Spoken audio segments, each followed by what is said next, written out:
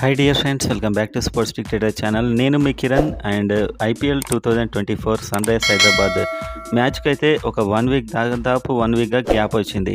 So next 16th నాడు match ఉంది Gujarat టైటాన్స్తోని. Almost play ఆఫ్కి చాలా కంఫర్టబుల్ పొజిషన్లోనే ఉంది సన్ రైజర్స్ హైదరాబాద్. అండ్ అదేవిధంగా 16th నాడు మ్యాచ్లో గెలిచినట్లయితే డైరెక్ట్ వెళ్ళిపోతారు. అండ్ ఆ తర్వాత కూడా పంజాబ్ కింగ్స్ మీద గెలిచినట్లయితే డైరెక్ట్ సెకండ్ ప్లేస్ కూడా ఛాన్స్ ఉందని మనం చెప్పుకున్నాం. సో ఈ ఎస్ఆర్హెచ్ సెకండ్ ప్లేస్ అండ్ అదేవిధంగా ప్లే ఆఫ్కు పక్కా వెళ్ళిపోతుందని భావించే వాళ్ళంతా వీడియోని లైక్ చేయండి అండ్ సబ్స్క్రైబ్ చేసుకోండి ఐపీఎల్ అండ్ ఎస్ఆర్హెచ్ అప్డేట్ కోసం. అండ్ కామెంట్ చేయండి. నెక్స్ట్ మెగా ఆక్షన్ రాబోతుంది 2025. సో ఇప్పుడు మనకు వచ్చే మ్యాచ్కి చాలా టైం ఉంది కాబట్టి ఒకసారి మెగా ఆక్షన్ మీద దృష్టి పెట్టి చూద్దాం. మెగా ఆక్షన్ అయితే కన్ఫర్మ్ అయిపోయింది. అందులో ఒక 4 రిటైన్ చేసుకోవాల్సి వస్తే మనకు 2022లో 4కే ఛాన్స్ ఇచ్చారు. అలాంటి ఛాన్సే వస్తే ఎవరిని చేసుకోవాలి అనేది అయితే కామెంట్ చేయండి. సో ఎవరి ఒపీనియన్ ఏంటో తెలిసిపోతుంది. సో వీడియోలోకి వెళ్ళినట్టయితే మనకి ఇంతకుముందు మెగా ఆక్షన్ జరిగినప్పుడు కేవలం 4 స్లాట్స్ మాత్రమే ఇచ్చారు. దాంట్లో ఎస్ఆర్హెచ్ 3 రిటైన్ చేసుకుంది. అది Kane Williamson and Abdul Samad and Umran Malik. So ఈ 3 మాత్రమే రిటైన్ చేసుకుంది. మిగతా వారందరినీ మళ్ళీ యాక్షన్లో కొనింది.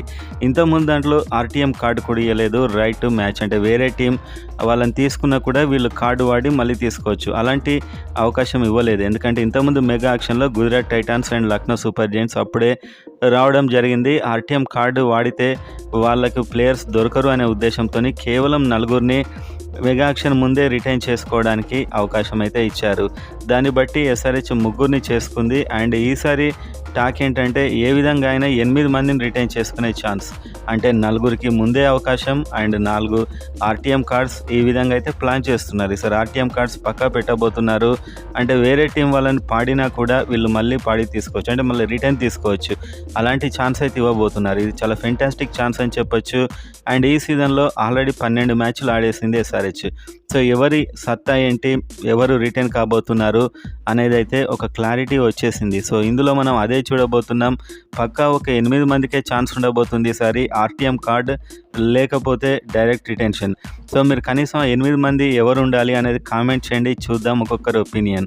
4 కాకుండా 8 మందిని కామెంట్ చేయండి. సో మనం చూసినట్లయితే పక్కా రిటెన్షన్ లిస్ట్ ఎవరు ఉండొచ్చు ఆ రిటెన్షన్ లిస్ట్లో అని చూస్తే నెంబర్ 1 ఒకసారి ప్యాట్ కమిన్స్ పేరు చూసినట్లయితే 20,50,00,000. సో అమౌంట్ చూస్తే చాలా ఎక్కువగా ఉంది. ఈసారి ఫైనల్ వరకు వెళ్ళినా కప్పు వరకు వెళ్ళినా కూడా ఈ అమౌంట్ ఇచ్చి ఖచ్చితంగా ఒక స్లాట్లో ప్యాట్ కమిన్స్ని యాక్షన్ కంటే ముందుగానే రిటైన్ చేసుకుంటారు.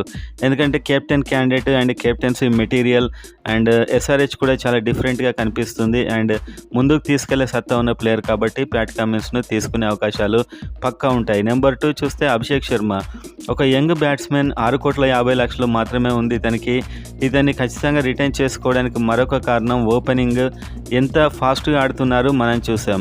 సో ఈ ఓపెనింగ్ పార్ట్నర్షిప్ని అయితే వదులుకోదలుచుకోదు ఎస్ఆర్హెచ్. ముందే రిటెన్షన్ లేకుంటే ఆర్టీఎం కార్డు వాడడం ఏ విధంగా అయితేనేమి అభిషేక్ శర్మను ఎట్టి పరిస్థితుల్లో ఎస్ఆర్హెచ్కి ఒక బ్రాండ్లా వాడుకుంటుంది. ఎస్ఆర్హెచ్కి ఇతన్ని ఉంచుకోవడానికి ట్రై చేస్తారు. అండ్ నెంబర్ 3 చూసినట్లయితే షాబాజ్ అహ్మద్ ఒక మోస్తరుగా రాణించాడు. 2,40,00,000. సో ఒక మోస్తరుగా రాణించాడు, పర్లేదు అనిపించాడు, నెగిటివిటీ అయితే రాలేదు. సో ఇతన్ని ఆర్టీఎం కార్డు ద్వారా రిటైన్ చేసుకునే ఛాన్స్ కాస్త ఉంది. And number 4 Bhuvneshwar Kumar 4,20,00,000. భువనేశ్వర్ కుమార్ చాలా ఫెంటాస్టిక్గా ఈ సీజన్లో కూడా రాణిస్తున్నాడు. అండ్ ఏ విధంగా అయినా కూడా భువనేశ్వర్ కుమార్ రిటైన్ చేసుకునే అవకాశాలు ఉన్నాయి. ఒకవేళ అతను క్రికెట్లో కొనసాగినట్లయితే భువనేశ్వర్ కుమార్ పక్కా రిటెన్షన్ లిస్ట్లో ఉంటాడు. ముందే రిటైన్ అయినా చేసుకోవచ్చు, లేకపోతే ఆర్టీఎం కార్డ్ అయినా వాడచ్చు. నెంబర్ 5 టీ నటరాజన్ ఫెంటాస్టిక్ ఫామ్లో ఉన్నాడు. కేవలం 4 కోట్లే ఇతనికి ప్రైజ్ ఉంది. ఇప్పుడు ఇతన్ని ఏ విధంగా అయినా రిటైన్ చేసుకోవడానికి ట్రై చేస్తారు. ఎందుకంటే ఒక యార్కర్ స్పెషలిస్ట్ ఈసారి మీరు చూస్తున్నారు ఎస్ఆర్హెచ్ టీంలో చాలా కష్టాల్లో ఉన్న టైంలో ఇతను ఆదుకుంటున్నాడు. సో ఇతన్ని ఏ విధంగా అయినా సో ముందైనా సో ఆ తర్వాత యాక్షన్లో అయినా ఆర్టీఎం కార్డ్ ఆ విధంగా అయితే ఇతను రిటైన్ చేసుకుంటారు. అండ్ నెంబర్ 6 హెన్రిచ్ క్లాసెన్ ఒక ఫెంటాస్టిక్ ప్లేయర్. T20 క్రికెట్ అంటేనే హెన్రిచ్ క్లాసెన్ అన్న విధంగా ఉంటుంది, మీకు తెలుసు అతని హిట్టింగ్. సో ఇలాంటి వ్యక్తి కనుక యాక్షన్లోకి వెళ్ళిపోయినట్లయితే ఈసారి ఖచ్చితంగా 20 కోట్లు దాటడంలో ఎలాంటి అతిశయోక్తి లేదు. సో ఇతన్ని అదేవిధంగా ఎస్ఆర్హెచ్ ఒక వికెట్ కీపర్ అండ్ బ్యాట్స్మెన్గా ఎట్టి పరిస్థితుల్లో వదులుకోదు అని నేనైతే అనుకుంటున్నాను. And next 7 Nitish Kumar, Telugu team and SRH అంటేనే Sunrisers Hyderabad. So Telugu player ఉండాలి. అలాంటి టైంలో కేవలం 20 లక్షలతోని నితీష్ కుమార్ ఇప్పటికే 2 మ్యాచ్లు గెలిపించాడు. అండ్ ప్రతి మ్యాచ్లో ఫీల్డింగ్లో ఒక ఎనర్జీలా ఉన్నాడు. అంటే ప్రతి బౌలర్ కొంచెం బ్యాట్ బాల్ వేసినా కూడా ఫీల్డింగ్తో ఇతడు కొన్ని రన్స్ సేవ్ చేస్తున్నాడు. ఇలాంటి ప్లేయర్ ఖచ్చితంగా ఎస్ఆర్హెచ్కి అవసరం. సో ఫ్యూచర్లో స్టార్ అయ్యే అవకాశం ఉంది. అండ్ తెలుగు టీంకు తెలుగు కెప్టెన్ అయితే ఇంకా బాగుంటుంది.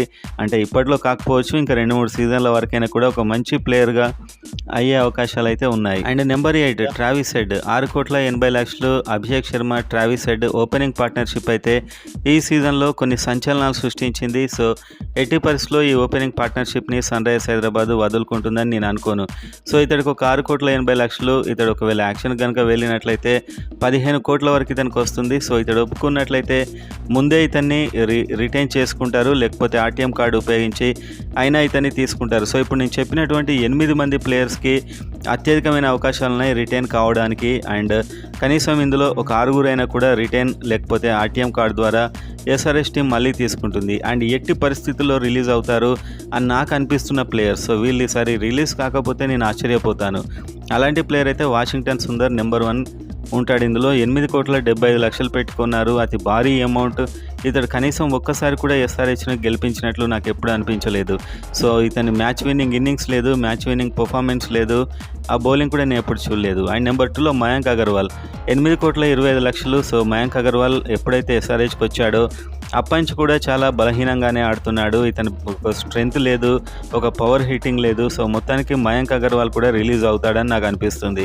నెంబర్ 3 అన్మోల్ ప్రీత్ సింగ్, కేవలం 20 లక్షలతో ఇతన్ని తీసుకున్నారు. కానీ ఇతడు వరుసగా వచ్చిన అవకాశాలు ఉపయోగించుకోలేకపోయాడు. ఎలా అయితే నితీష్ కుమార్ రెడ్డి ఉపయోగించుకున్నాడో అలా అన్మోల్ ప్రీత్ సింగ్ అయితే ఉపయోగించుకోలేకపోయాడు. ఇతడు ఖచ్చితంగా రిలీజ్ అవుతాడు. నెంబర్ 4 మయాంక్ మార్కండే. సో ఇతడు ఒక 50 లక్షలు పెట్టి తీసుకున్నారు. ఇతన్ని చెప్పలేం, ఆర్టీఎం వాడరు, రిటైన్ చేసుకోరు. ఒకవేళ యాక్షన్లో కనుక తక్కువ ధరకు వచ్చినట్లయితే తీసుకునే ఛాన్సెస్ అయితే ఉన్నాయి. ఎందుకంటే ఎక్కువగా రన్స్ ఇస్తున్నాడు, అంత పెద్ద రాణించట్లేదు. నెంబర్ 5 రాహుల్ త్రిపాఠి, 8,50,00,000 ప్లేయర్ ఇతను. సో దానికి సంబంధించి ఏమాత్రం అయితే ఈ మధ్య ఆడడం లేదు. సో మొత్తానికి ఈ సీజన్లో మ్యాచెస్ కూడా ఆడట్లేదు. సో ఇంత డబ్బు పెట్టి మళ్ళీ ఇతన్ని ఆర్టీఎం చేయలేరు, మరియు ముందే రిటైన్ కూడా చేసుకోలేరు. సో మొత్తానికి రాహుల్ త్రిపాఠి కూడా రిలీజ్ అవుతాడు అని నేనైతే అనుకుంటున్నాను. Number 6 Aiden Markram.